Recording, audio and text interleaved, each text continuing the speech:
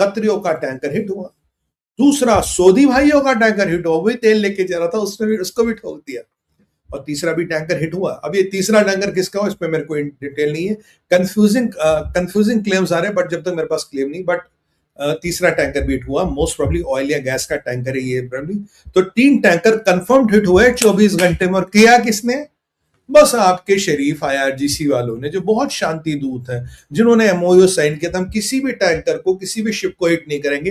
3 tanker उन्होंने साहब hit कर दिए, और तीनों टैंकर जाने वाले हैं। कतरियों का कभी भी फटने वाला, सऊदियों का भी हालत खराब है, तीसरे की भी मेरे सुनने में हालत खराब है। तो 24 घंटे में 3 टैंकर हिट हुए, और अभी खमेनी साहब का फ्यूनरल चल रहा। अभी तो हम मातम में, अभी तो हमने सारे हथियार छोड़ दिए, तो अमेरिका को हमने बोला हम कुछ नहीं करेंगे। अरे अमेरिकनो अलतकिया में फंस गए, तुम्हें कहा ईरान कुछ नहीं करेगा। और ठोका क्यों, ये भी तो पूछिए। ठोका सुमित भाई, ठोका क्यों? ठोका इसीलिए ओमान के पाथ पे चल रहे हैं। आप जानते हैं इन्होंने 3 पाथ बताए कि ईरान का रास्ता एक कॉमन रास्ता, और अमेरिका और ओमान का रास्ता। ये बेचारे ओमान के दिए रास्ते पे चल रहे थे, they were going along the coast of Oman. वहां माइंस नहीं है, कुछ नहीं है, क्लियर रास्ता। बट आईआरजीसी कहता तो मेरी बात नहीं मानोगे, मैं तुम्हें ठोकूंगा। अरे शेख अल्थानी साहब, अस्सलाम वालेकुम, कहा और मीडिएशन करने नहीं जा रहे, अब तो कह रहे अनडू एग्रेशन है, हम इसको कंडम करते। बड़े पैसे यार तुम्हारे पास, 200 मिलियन का एक टैंकर डूब रहा है और तुम कंडेम करते हो।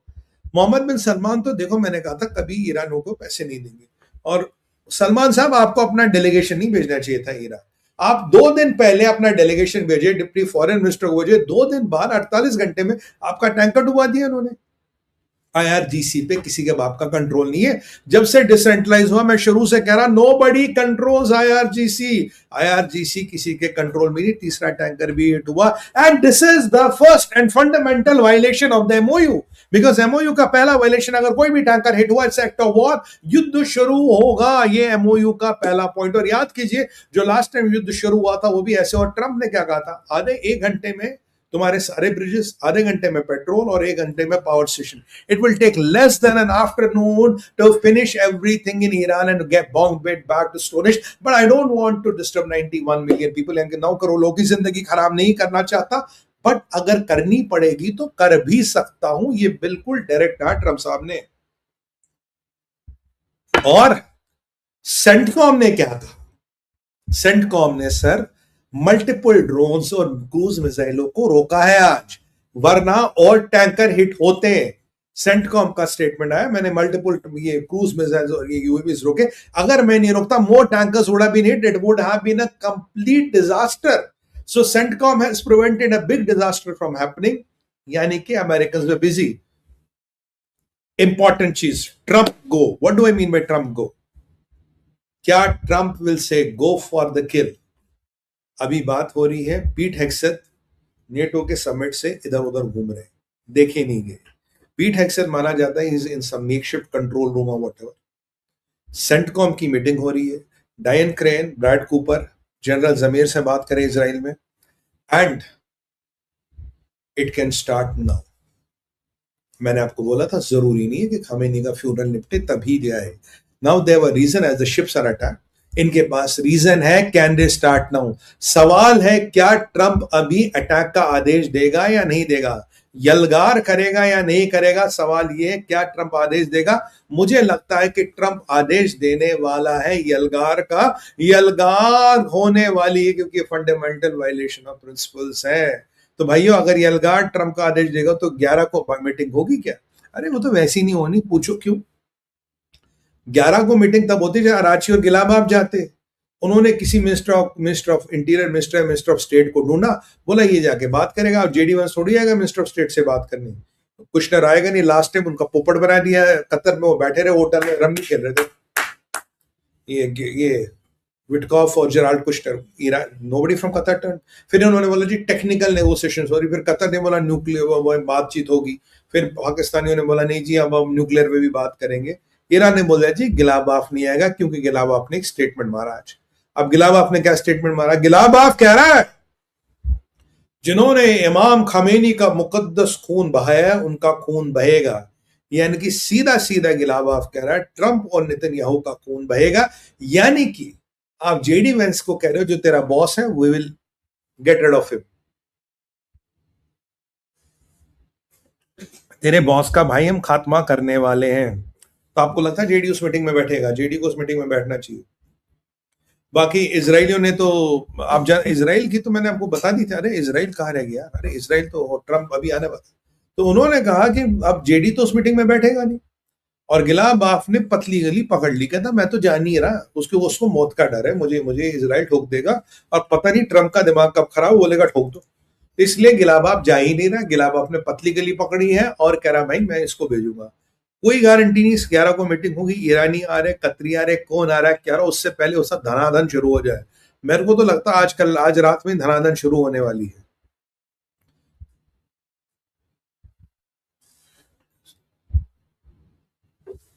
और खबरें तो ये भी आ रही मित्रों भी कि यूएस कह रहा है कि ऐसा ना हो कि हमें केवल आखिरी विकल्प का इस्तेमाल करना पड़े। समझ रहे हैं ना, आखिरी विकल्प, कि अगर विकल्पों की कमी रही तो आखिरी विकल्प भी इस्तेमाल हो सकता है। ये अमेरिका से कुछ इनडायरेक्ट मैसेजिंग हो रही है। आखिरी विकल्प समझते हैं ना, मशरूम के आकार का जो होता है। ये भी खबरें आ रही है मित्रों। तो क्या आज रात को अटैक होगा या कल सुबह सुबह अटैक होगा? मुझे लगता हो सकता है आज रात भी हो सकता है, कल सुबह भी हो सकता है। क्या ट्रंप को ये इस्तांबुल में रखेंगे जब अटैक होगा? ट्रंप इस्तांबुल में, that is the only slippery ground, because they won't want Trump to be in unfriendly country. America Turkey पे भरोसा नहीं करता। मुझे लगता है जब तक ट्रंप तुर्किया से नहीं निकलता ये अटैक नहीं करेंगे, बट सेंटकॉम की पूरी तैयारी हो गई अटैक करने की, और ये अटैक कभी भी हो सकता है। ट्रंप आप जानते हैं किसका हुआ, वो तब भी बोल सकता है अटैक करो तो युद्ध फिर भड़क सकता है। तो अब आज चलते हैं। अब मजे की बात यह कि आपको मेरे को रात को जागना पड़ेगा, युद्ध भड़केगा नहीं। Israel warns, you know what I love about Israelis, क्या धमकी दी आज इसराइल कट्स ने। इसराइल कट्स कह रहे हैं जो भी आदमी इसराइल को खत्म करने की कोशिश करेगा या उसके बारे में बात करेगा, इसराइल उसे पहले ही खत्म कर देगा। यानी कि ये धमकी केवल कंट्रियों को नहीं है, ये धमकी इंडिविजुअल्स को भी है।